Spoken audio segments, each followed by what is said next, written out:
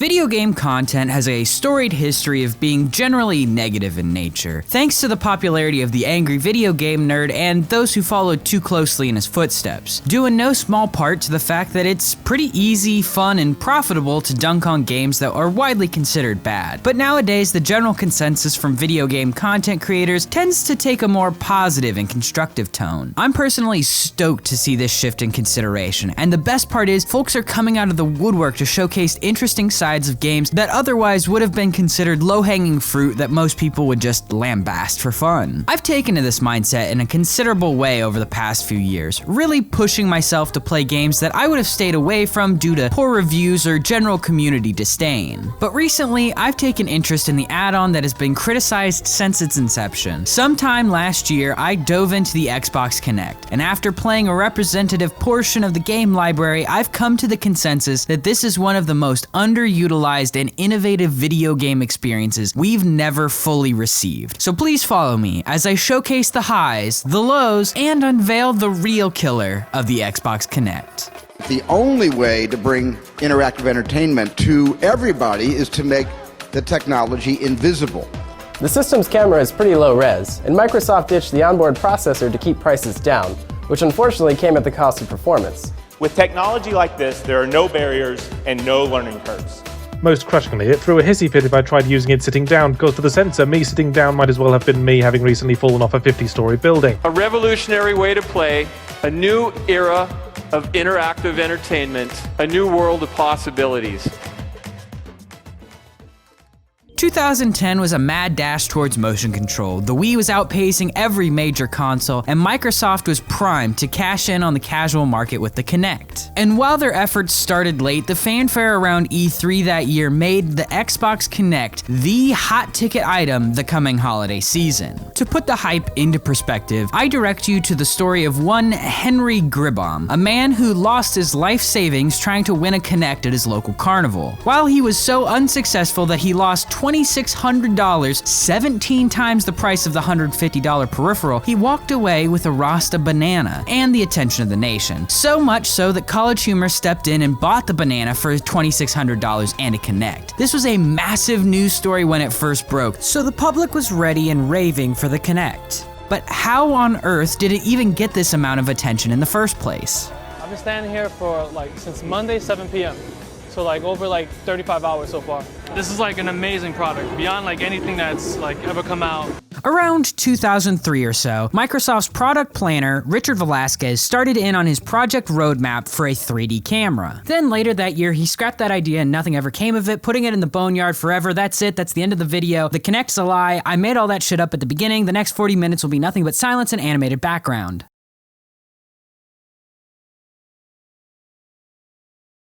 In 2008, reports would surface that Microsoft was working on a competitor to the Wii, from MTV of all places, indicating that Rare would be working on a remote-style controller that's... Oh, that's just a Wiimote, guys. Hey, can we get the R&D department to look back on this? That's just a Wiimote. I know what that looks like. It's here.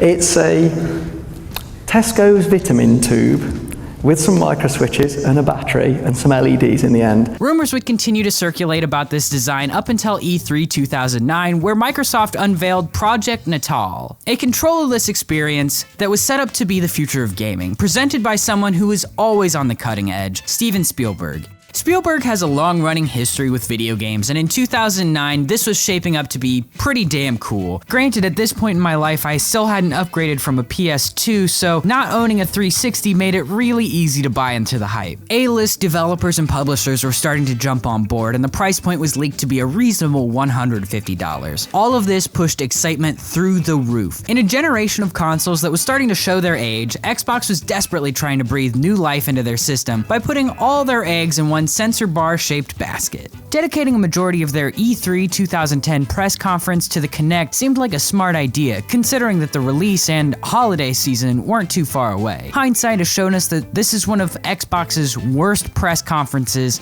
well, until the 2013 release of the Xbox One. This is due to what seemed to be the company abandoning their core user base in order to pursue a more family-friendly broad audience. But at the time, this was a considerable showing from the company. They start the Kinect portion of the show by trying to push the multifunctional use of the Kinect, trying to convince us that it's a webcam and it totally has a valid Skype feature that we'll all use. The Kinectimals demo showed a lot of things that the system couldn't actually do. Good job, Skittles. Okay, Skittles, that's enough.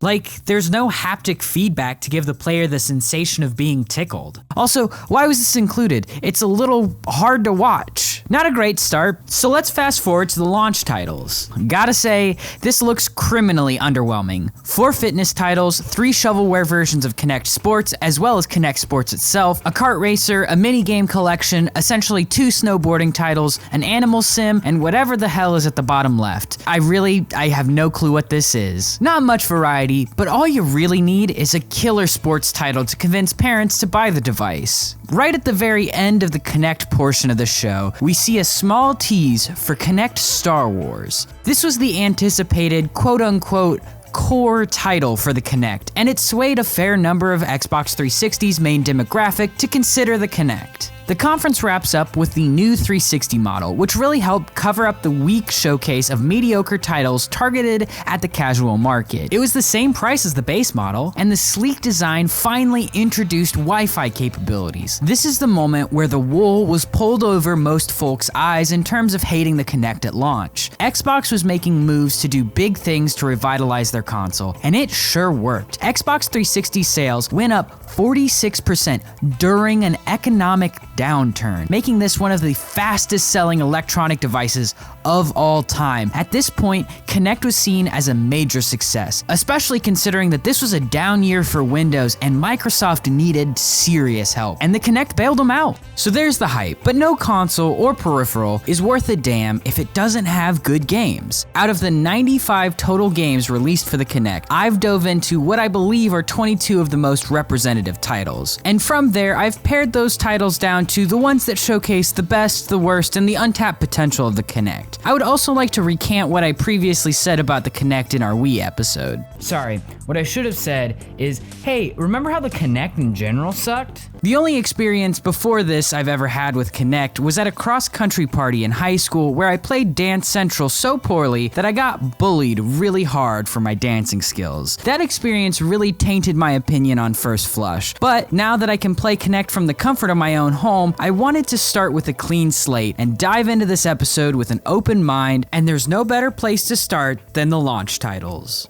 Forget rewriting the rule book, we've literally set fire to it, thrown it out the window and run over it with a steamroller. And it sounds like an exaggeration, but it literally was true. As stated earlier, the launch lineup for the Kinect was not one met with high merit, but so long as you had a sports title, it was bound to sell. Unlike the Wii, however, Kinect Sports was not the pack-in title for the system. That honor goes to Kinect Adventures, the highest-selling 360 game of all time, thanks in large part to being included with the Kinect purchase. I think that this was a great move because Adventures, while fun, is extremely simple. It's really just the same 5 games over and over again, covered by an amazing theme and aesthetic that does a good job of hiding the lack of depth. Despite not being a pack-in title, Kinect Sports sold very well, but good sales don't always mean that a game is widely loved. Kinect Sports is often seen as the cold death of Rare. I'm not gonna dive too far into this because I have a whole nother video planned for the life and times of Rare, but Kinect Sports came off of a historic downturn for the company. Displeased fans everywhere saw the restructuring of Rare as sort of a sentence to the glue factory, but I'm here to be a contrarian. I think that this was the venture that saved the studio. Kinect Sports sold really well, keeping Rare afloat and giving Microsoft more return on their initial investment. Kinect Sports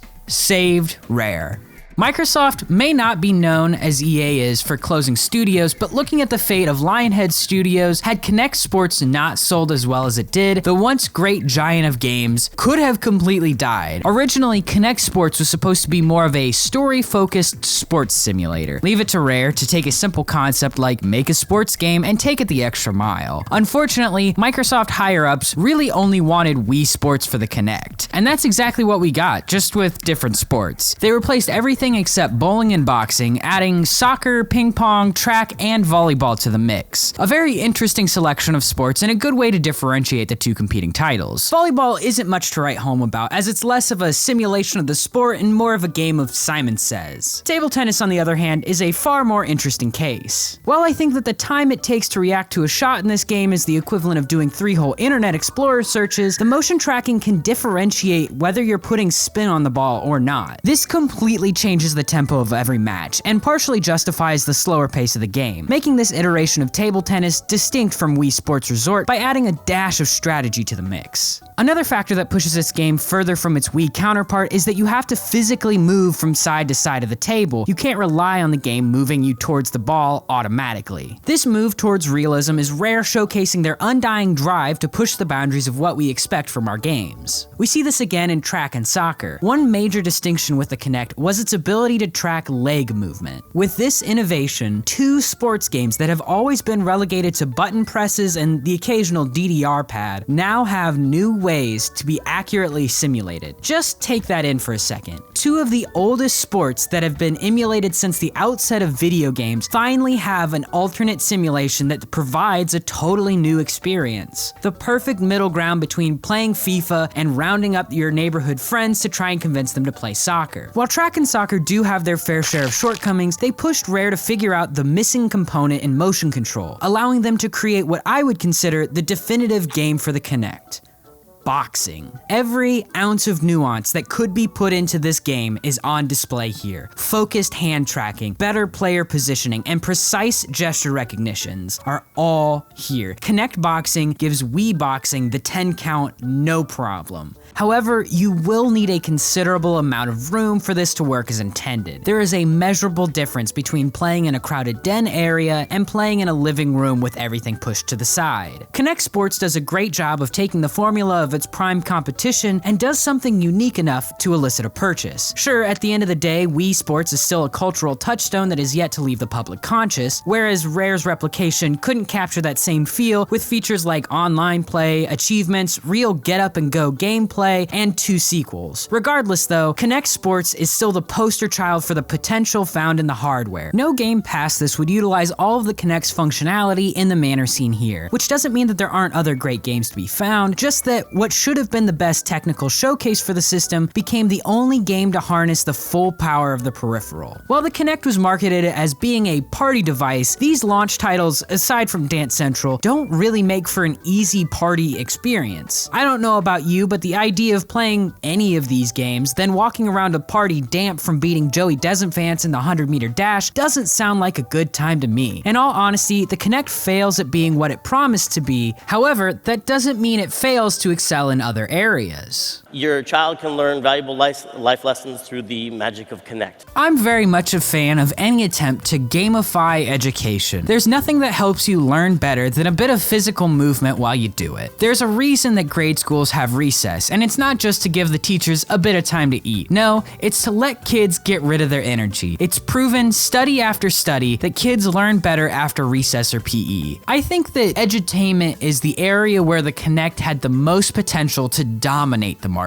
National Geographic threw their hat in the ring with their game Kinect Nat Geo TV. Now I'll say this up front, these episodes are copyright claimed, so I'm gonna have to mess with the colors so that I can show the footage. This game has you experience normal content that you would see on National Geographic, but with the added twist of interactivity. Everything is laid out in an episodic format, learning about one animal at a time. These episodes are broken into segments, with longer teaching moments throughout involving a host showcasing different aspects of an animal. Interspersed are interruptions that test your knowledge or just give you something to do with your hands while you learn. These come in the form of photography sections, total sidetracks, quizzes, or challenges that showcase how an animal would do something, most likely how they hunt or how they protect themselves. All of these bonus activities add together to give you a badge rating. It's a neat, gamey function that doesn't really serve a purpose outside of being fun and earning achievements. I'd like to double back to the aforementioned challenges though, because these are the obvious draw for the game. Unfortunately, they all start to blend together. Doing the same motions over and over again in different settings isn't variety. I think that the real aim of these challenges is to wear the kids out. But let me tell you, doing all of these back to back has provided the best leg workout I've ever had. So while not unique in any way, it does do a great deal to wear the player out so that they can better focus on the information at hand. The Kinect really proves its worth here, and I can find a few examples of schools actually implementing the Kinect hardware to assist in education. The system as a whole isn't too hard to set up, and the avatar-based apps are simple and vague enough for teachers to create dynamic learning environments with the Kinect. Unfortunately, schools are grossly underfunded and move at a very slow pace when it comes to adopting new technology. Also, we have to consider that this is the time that iPads were gaining popularity with school use, and the tablet's multifunctional use beats out the Kinect 10-1. It's really sad to see what could have been the console experience that gets gaming into schools fail due to no fault of its own. You will be moving, and you will be sore in places you very well may have forgotten you had.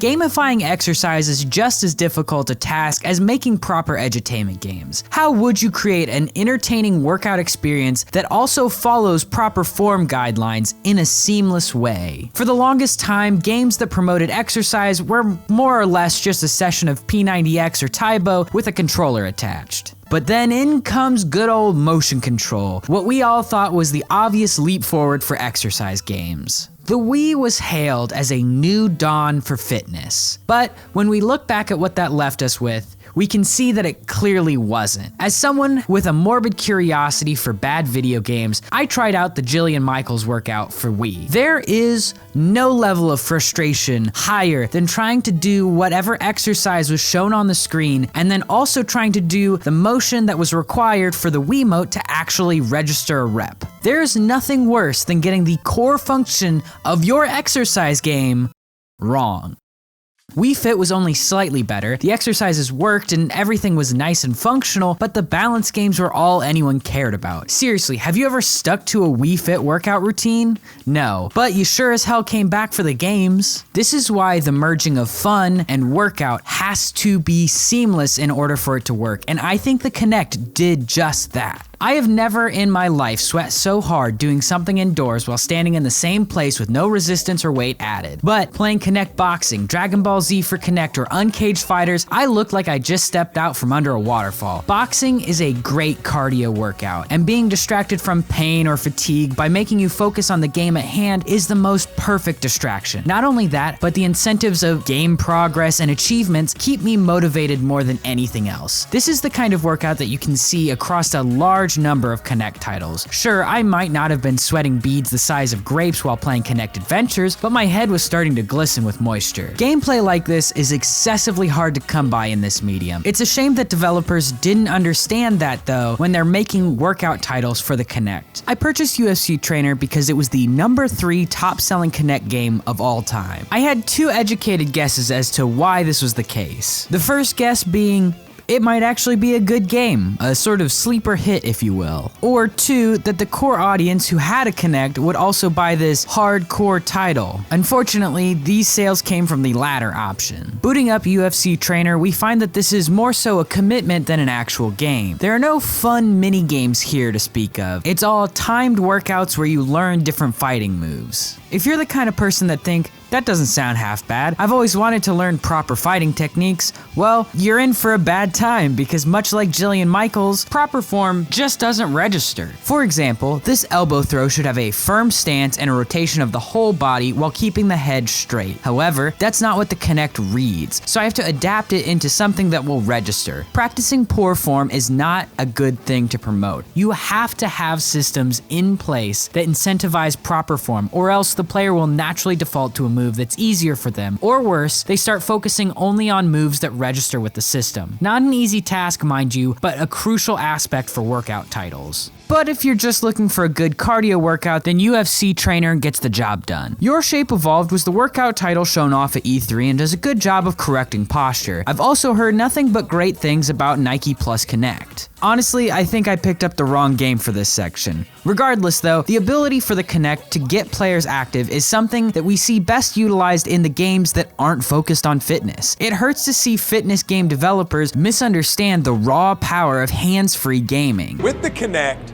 I can stay engaged and continue without pausing the game. I personally will be buying a Kinect just to play this game. If you were Microsoft and you dumped a ton of money into creating the Kinect, then you'd want to get as much mileage out of it as you could. Welcome to the land of spending way too much time, effort, and money into shoehorning an extra option into gameplay. Forza 4 promised a lot at E3 2010, and what most players got instead was motion sickness from the head tracking feature. Harry Potter and the Deathly Hallows Part 1 had a whole side section for Kinect players if they so desired. South Park and the Stick of Truth allowed you to use voice commands to issue orders or insult characters. Dead Space 3 one-ups that with over 40 different voice commands. Skyrim allowed you to open menus and hotkey items with your voice. Bethesda also added the ability to use shouts in the form of voice commands, not just in English though, but also in the Dragon Tongue. A pretty neat addition, but not something that I would find myself using. Then you have the notorious sports game issue, where if you were heard swearing by the Kinect, then you would automatically get a red card or foul out, which leads to more swearing, begetting more penalties. A vicious cycle that seemed like a funny addition, but not a smart move looking at the player base and the likelihood of this backfiring. Finally, we have the only example that really matters. Child of Eden. I don't think Better with Kinect is a proper title to put atop this. I think it should more so read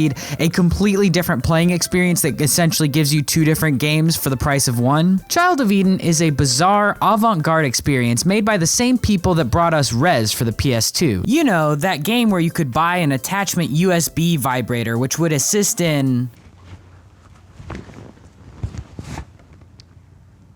increasing the player's sensory immersion.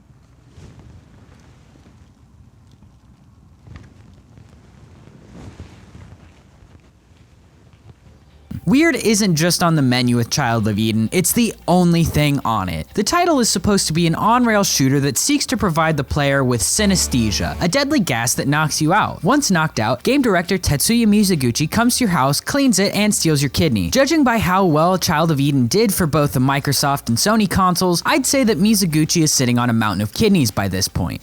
I'm just pulling your leg though. Synesthesia is a term for merging sound and visuals in a seamless fashion. The feeling is well received through the use of the Kinect. The movement is well tracked to my own, which adds a whole nother depth to the experience. Without motion controls, the game is still really good. The movement gets a lot more snappy and the game feels more fast paced, while playing it with a controller is visceral and fun. Playing it with the Kinect is much more of a challenge and far more rewarding, I find. While Child of Eden is a standout example for the label Better with Kinect, we also have to recognize the effort that goes into adding this optional function and how it's not a trivial matter. The Mass Effect 3 team took 9 months to add Kinect support, and these are just optional voice commands. Other than our star example, adding this label was more so to feed into consumer confirmation bias, where buying the game with this label makes a user think that they're getting their money's worth out of the Kinect, when in reality, they're not even going to use these functions. Making this another unfortunate area where the Kinect is again underutilized. I mean, I think, from the very beginning, we always said Kinect was for everybody. And, everybody doesn't mean just kind of casual games or broad games. Core gamers are a part of everybody also. It's rather hard to pin down what most folks would consider a core title for the Kinect. What does it mean to be a core title? In this instance, I could classify anything with a connective narrative as a core title, so Kinectimals would fit in this category perfectly. As a quick side note, I did beat Kinectimals all the way through and can confirm that yes, this does count as a core title. I will stand by that. Most people seem to point to Rise of Nightmares as being the system's core title, as it takes a dark, gritty tone not yet seen on the Kinect.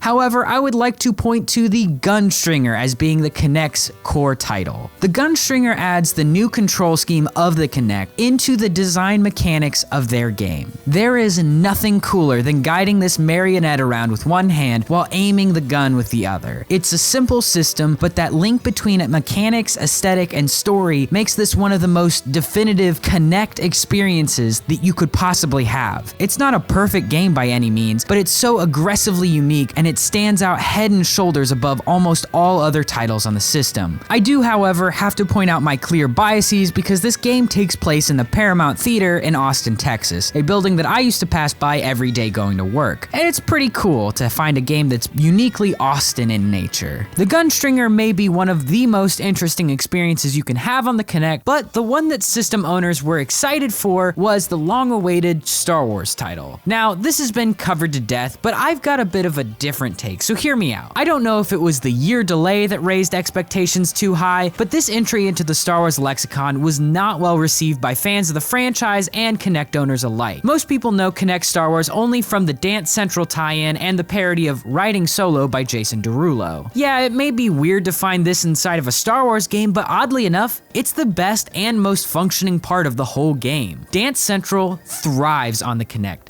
It's practically the flagship game for the system. Yet this iteration is accessible to fans with a very interesting choice of song parody. I really wish I could play some of this for y'all, but you know, copyright? The lyrics are beyond levels of Kids Bop pandering, but it's a fun time and I like getting up to move and turning my brain off a bit, so, you know, it gets a pass. However, if the least invited portion of Kinect Star Wars is actually the best part, then what do we make of the campaign mode? All right, I can't see. Timer started. Well, okay, let's it doesn't get started seem like then. anything's going on yet. Follow me, Padawans.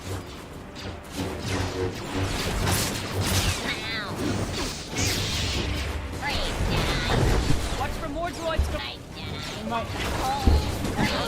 And he's talking to me other than the game. Well, if that doesn't say it all, the formula for this game is really jumpy. You'll start a scene by fighting enemies, platforming, or fending off enemy fire. Then the story takes back over for all of 2 seconds, and you're immediately thrown right back into the thick of it. Starting and stopping constantly like this gets boring at best and annoying at worst. Sure, there's a full game here, and even new additions to the Star Wars canon during a time where, well, there wasn't much activity in the franchise, but that does nothing for me when the gameplay becomes so dull and trite that I could literally do it with my eyes closed. Here's where things start to get a little more funky. Rancor Rampage is another game mode. Here you destroy as much as you can in a specified time limit. Guess what? There's a story here too. A minigame where you flail your arms around is a strange place to find narrative. Then we have pod racing, which really feels like it could have just been an entry to the Racer series of Star Wars games. There's a whole ass story here too. You become Watto's new racer, rank up, and defeat Sebulba and his goons. It takes place over many races and is only slightly shorter than the main campaign. The weird thing about Star Wars Kinect is that it's packed with content, filled with different gameplay ideas shrouded in short stories or vignettes. My guess is that the team behind this game put a lot of confidence in the main story mode, only to realize that it didn't stand alone all that well. So they delayed the game, added more content, and now what we have is 2.5 story-focused games, the most boring piece of the campaign mode and ripped out and made into a side activity, and Star Wars Dance Central. Star Wars Kinect offers a lot in terms of value, but a collection of short stories was just not what the fan base wanted. When the most anticipated core title ends up flopping this hard, the disappointment overshadows games that created fleshed out and unique experiences that truly add value to the Kinect. There's a potentially entertaining game here, but it's buried underneath the Kinect's infuriating limitations. This whole video up until this point has been me trying my damnedest to tell you where the Kinect came from and to show off the best it has to offer. But I need to balance that out because everything I've played up until now may have some, minor issues. This example was unbearable to play. Steel Battalion Heavy Armor. I've discussed this game before in my Wii Games episode. If you haven't seen that, let me refresh your memory. Steel Battalion was released for the original Xbox. This was the entry to the franchise that had an option that allowed players to use a massive peripheral that let you use all the bells and whistles that could be found in a mech. Think like a far more complicated steering wheel for racing games. That was super cool, and it breathed life into a genre that would not transition well into the next generation of consoles. The obvious next step for these type of games would be motion control, circumventing the need for large-scale expensive peripherals. Steel Battalion Heavy Armor should work, and damn it, I really threw myself into this in hopes that something good and worthwhile would come out of it. All I've ever seen is folks review this game with compilations of blunders, but the thing is, you really can't gauge the level of frustration by just watching something. You have to play it yourself to feel the full force. Let me first say that during the making of this episode, I lost over 30 gigs of game footage for this title and others. I dreaded coming back to Steel Battalion. However, I assumed that since I knew how to beat the first mission, I could speed through it and get to the second level pretty easily. I have never been so fucking wrong in my entire life. And honestly, I have no clue how I did it the first time. The opening level, and the only one that most people have seen, is a Normandy-esque situation that's an assault on the senses. You've got explosions, screaming, flashing lights, mine alerts beeping at louder and louder volumes, dudes trying to climb out the mech, and really no sense of direction. The control tower is telling you to head northeast, but you have no compass, no map, nothing to assist you in navigation. To say I was overwhelmed would be a gross understatement. This was just too much, so I died and I tried again, and I went all the way to the other side of the beach with a little bit more success, but still died. So I watched a walkthrough only to find out that I was doing everything right. At this point, I thought they might have accidentally front-loaded the game. Maybe this was the hardest mission, and if I just saw it through, there would be upgrades, or the game would slow down and open up just a bit. So I powered through. After many attempts, I finally beat the first level, which now I don't have footage of, and I don't have the willpower to try again. From there, it goes on to Act 2, which is a time-limited mission where you have to destroy all the antenna towers while dodging enemies and minefields. Now, if you thought that just playing the game was hard enough, now you have to do it under time limit pressures. I think if there was a hell, that it would just be this mission over and over and over again for eternity. The big issue with this game is its density of the cockpit. Everything is in place within hand's reach, but that means that the slightest movement could be interpreted incorrectly, which happens more often than not. So if you do grab the wrong thing, then you have to complete the exiting action and try again for what you were originally trying to do. Not to mention that any kind of enemy fire will knock you back in your seat, requiring you to regain your bearings all over again. The control scheme for this game is really cool and super innovative, and I really want to praise the developers for this. But doing hand motions while also holding the controller requires you to account for that ahead of time. Placing the controller in my lap just to push forward to get to the window adds an extra step to an already frustrating situation. There are also a number of invisible barriers that the game doesn't want you to cross until a line of dialogue has been played. It's just a mess. A mess that I really tried to give the benefit of the doubt. A mess that I gave a second and third chance. A mess that frustrates me because I really want to like this game. There has to be a reason that Steel Battalion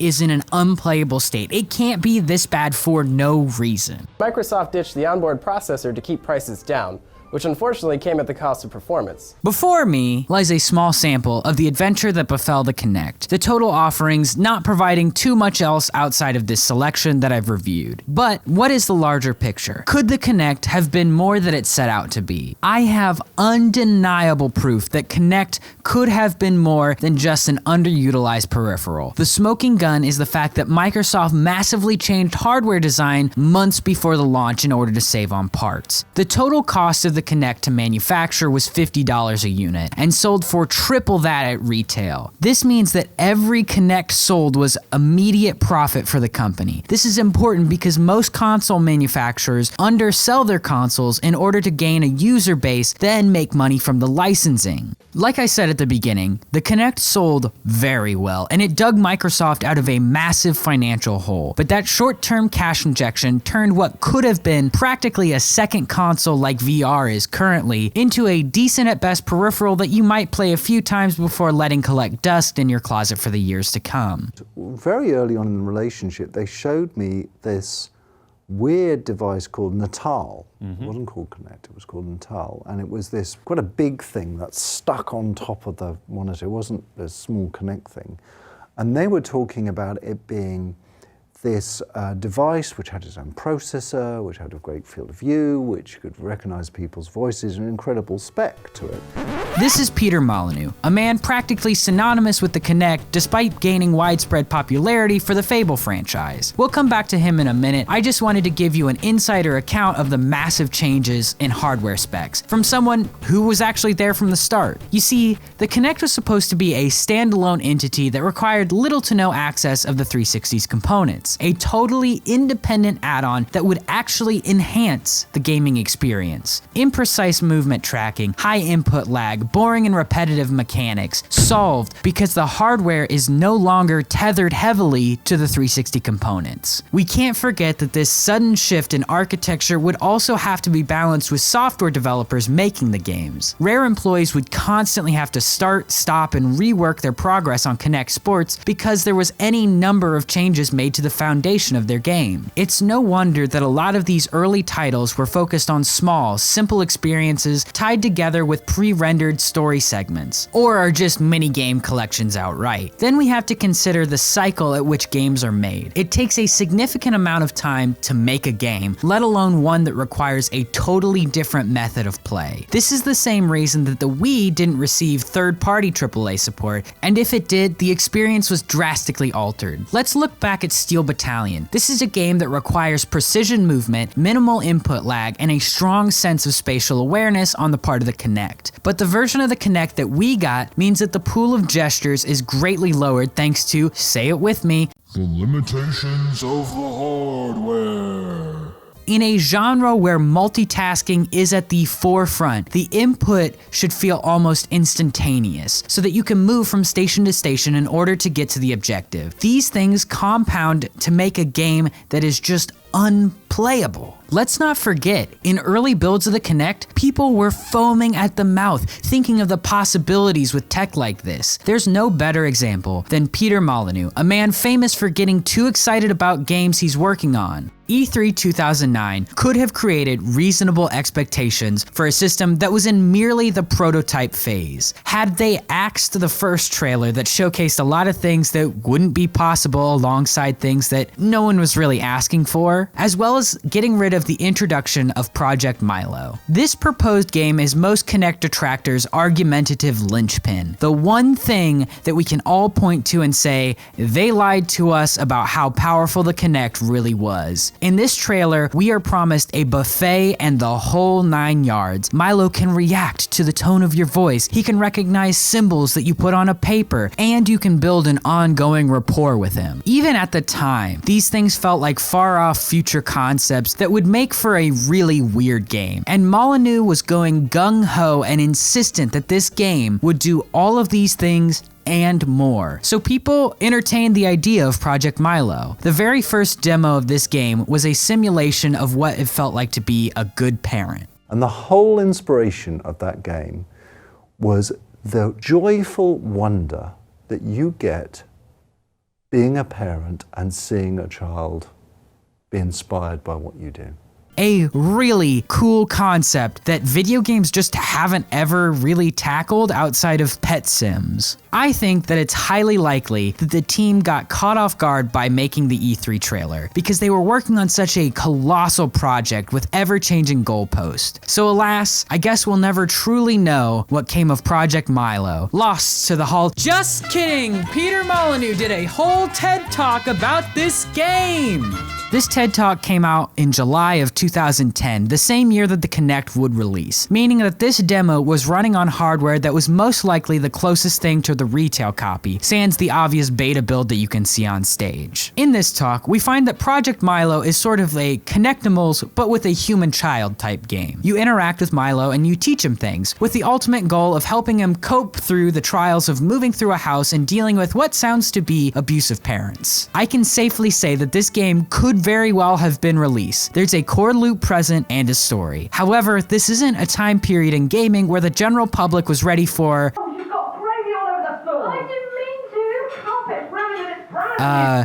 heavy domestic subject matter. Gone Home wouldn't come out for another 3 years, and I would give it another year before walking sims took the hard-to-swallow stories to the masses. Also, this kind of subject matter is a bit too intense for small children who might use this game as a way to make a sort of digital friend. Older crowds won't gravitate towards this game either, because a game based around hanging out with a kid that's of no blood relation to you, I don't know, seems a bit weird. If Project Milo had been released in a state close to this one, I don't think it would have sold well. The strangest thing of all is that this game functions sort of like Pac-Man Adventures 2 for the Genesis, where you only indirectly influence the character's decisions. You suggest things for Milo to do, like pull up the boards or skip rock. The primary goal was to use the voice command feature to allow you to influence Milo's decision making. Do you want Milo to squash it?